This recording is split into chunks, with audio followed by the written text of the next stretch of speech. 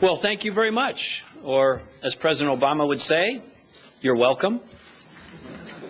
And I'm delighted to be here. And thank you, Alan, for that kind introduction. And we're going to miss you as you go on to your next assignment. But as the president of the National Press Club, we're honored that you're from Minnesota, that you've done such a diligent job of keeping the tradition of making sure that this institution plays the role of better informing our citizenry so we can have a better nation and a better democracy. And you presided over this at a very important time for our country. And let's give Alan a round of applause for his service and his leadership.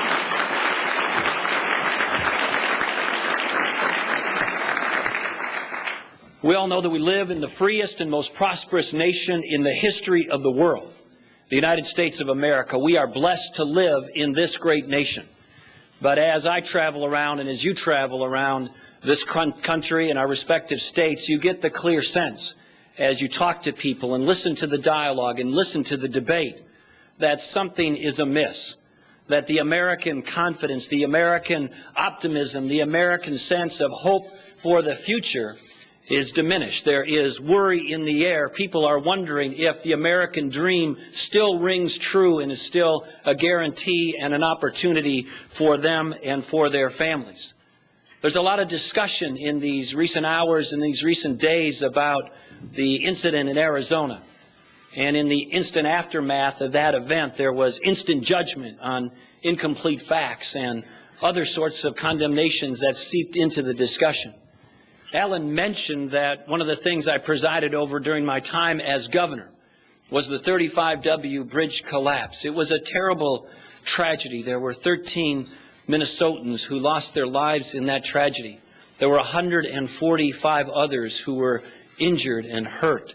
But a number of lessons came out of that terrible tragedy.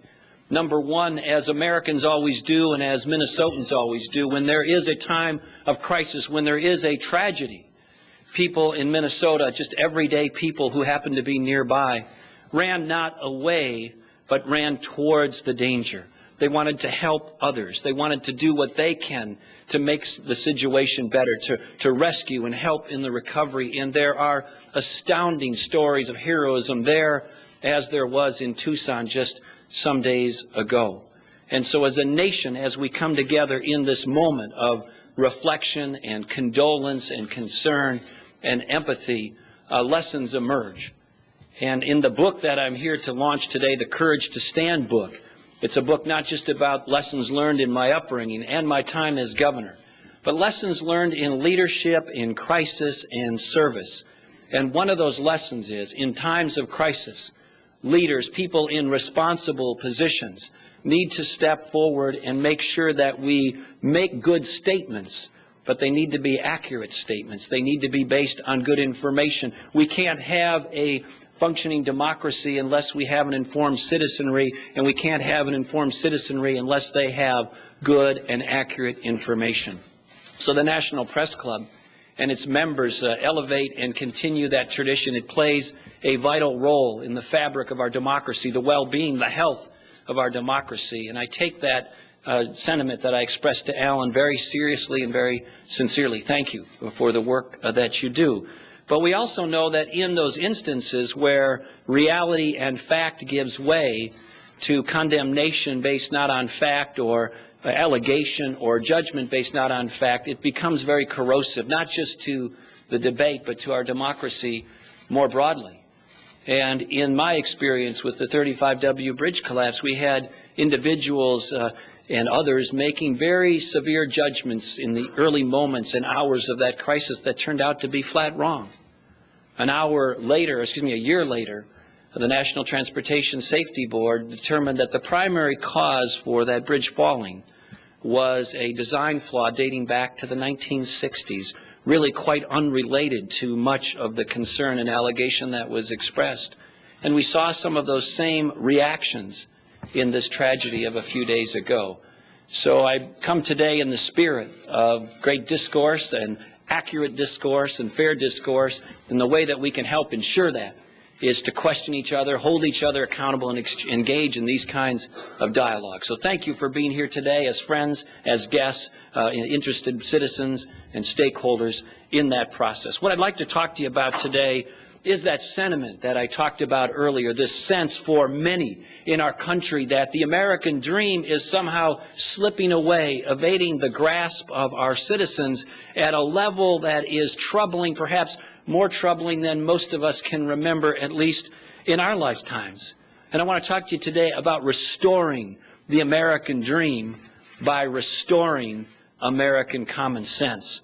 We all have learned about this concept of common sense through various channels or experiences in our life. For various people in the room, it may be different, but the ingredients include our upbringing. It includes our value system, our life experiences, kind of our worldview and philosophy, and a variety of other things. But for me, these early common sense benchmarks and lessons were formed in my hometown of South St. Paul. This book is written with a good attention to this piece of background, but it's a small first-ring suburb outside of St. Paul, Minnesota. Back in the 60s, when I grew up there, it was the home to some of the world's largest stockyards and meatpacking plants. And that was an enormous part of the community and culture and economy of my hometown. So many of the families up and down my street and across our city were connected economically and culturally to these huge engines of the economy in our town. And of course, as things changed and evolved economically, those plants summarily and dramatically shut down, and the economic pillars of my community, the economic foundation of my childhood and my neighborhoods began to unravel in pretty severe ways.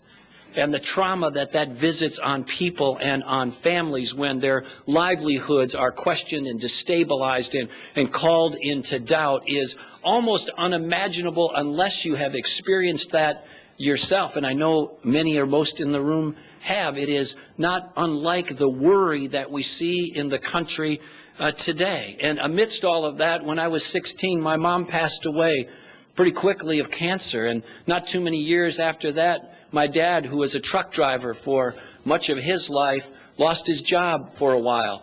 I'm the only one in my family who was able to go to college, not because my brothers and sisters didn't have the capacity or the ability. They really didn't have the opportunity. And so in their American dream, they were able to get by and prosper and raise a family, but they did things like work in oil refineries. And my other brother recently retired after working 40-plus years as a produce clerk in a produce store. And my sister works as a one-on-one special ed aide in a school district. And my other sister has worked for many decades as a secretary or executive assistant in the same company. I share that with you because, as some of you are old enough to remember, Reagan Democrats, or as I now have relabeled them, Sam's Club Republicans, there is an experience or a perspective that comes with having those kinds of life experience.